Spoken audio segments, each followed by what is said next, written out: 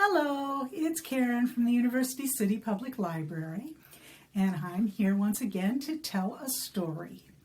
Now, this is an old story, and it's a Native American story that comes from the Sioux people.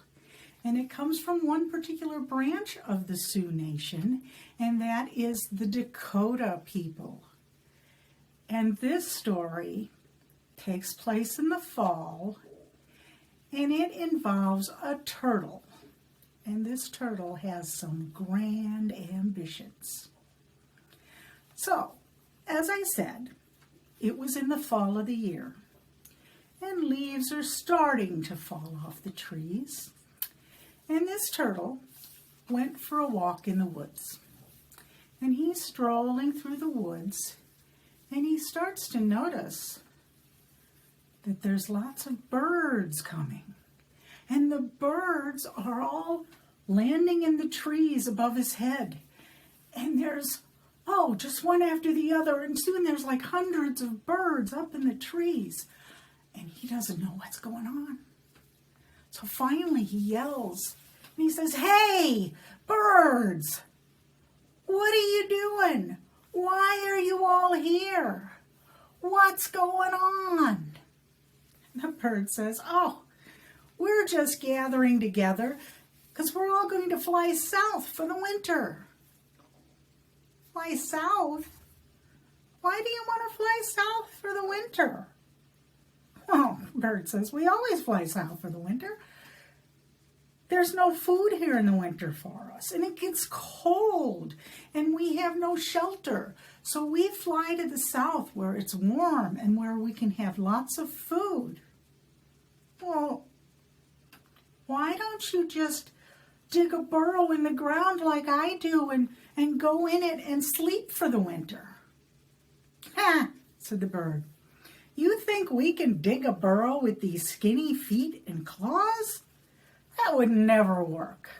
So we just fly south, and there's plenty of food for us, and we spend our winter down there, and then we come back up." "Well, that's kind of interesting. Do you think you could take me with you? I've never been anywhere but around here, and I'd love to see what it's like down south. It would just be so great to go on a trip because I've never been anywhere. Please, can you possibly take me? I want to go so bad. Just please, pretty please. I just want to go south with you." "Well," said the bird, "I don't know about that. Let me talk to my buddies here, and we'll see if we can figure out how to get you down south." So the birds got together, and they had a little chat. And finally, they came up with an idea that they thought just might work. So they go back to Turtle, and they said, "Turtle, if we gave you a stick, could you hold on to it with your mouth as hard as you possibly can and for as long as it takes for us to get you south?"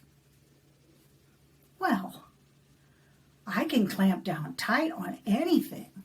So yeah, I can hold on to a stick and not let go. I mean, that's one of the things turtles are good at. We have a good tight bite." "Okay, that sounds like a plan."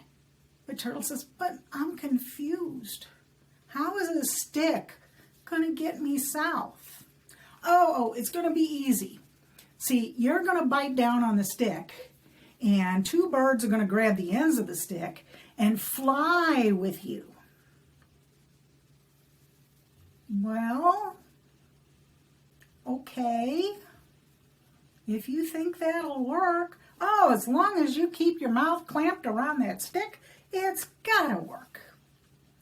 All right, so the birds went and got a stick, and they brought it back to the turtle, and they said, "All right, clamp down hard." So the turtle clamped down as hard as he could and kind of locked his mouth around it. And the birds picked up the ends of the stick, and they started to fly. And they started flying south. And they flew higher and higher. And the turtle was a little scared because he'd never been quite so high. And he kind of looked out of one side of his eyes and, oh look, there's a lake down there. I wonder what lake that is, because I've never been anywhere. I don't know what kind of lake that is. So then he looked out the other side. He says, oh, there's mountains. Lots and lots of mountains. I've never seen those mountains before. Oh, I wish I could ask a question. Maybe I can get the bird's attention.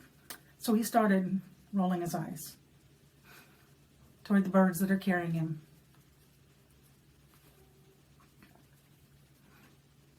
But the birds didn't notice. Said the turtle. Well, maybe if I flap my feet. So he started wiggling his feet, wiggling his feet, wiggling his feet. The whole time he's clamped down tight on the stick. He's wiggling his feet and wiggling his feet, and the birds just keep flying. They don't pay any attention to what the turtle's doing. So now Turtle's getting frustrated. So he starts making some noise. He goes, mm. Birds didn't hear him.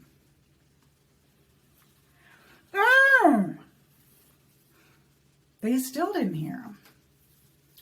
Finally, he tried one last time, a really loud, and the birds just kept flying. They didn't notice what he was doing at all. Finally, he was just so mad. He said, why don't you guys listen to me? And he had let go of the stick, and he starts to fall. And he's falling down and falling down and falling down. And he's so scared, he pulls his feet in and he tucks his head in and he closes up his shell and he falls all the way back down to the ground and hits it hard.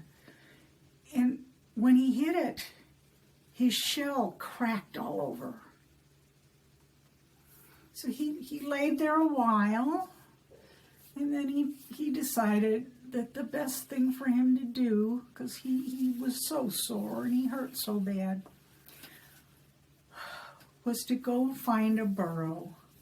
So he walked to a nearby pond, and he swam down to the bottom as far away from the sky as he could get.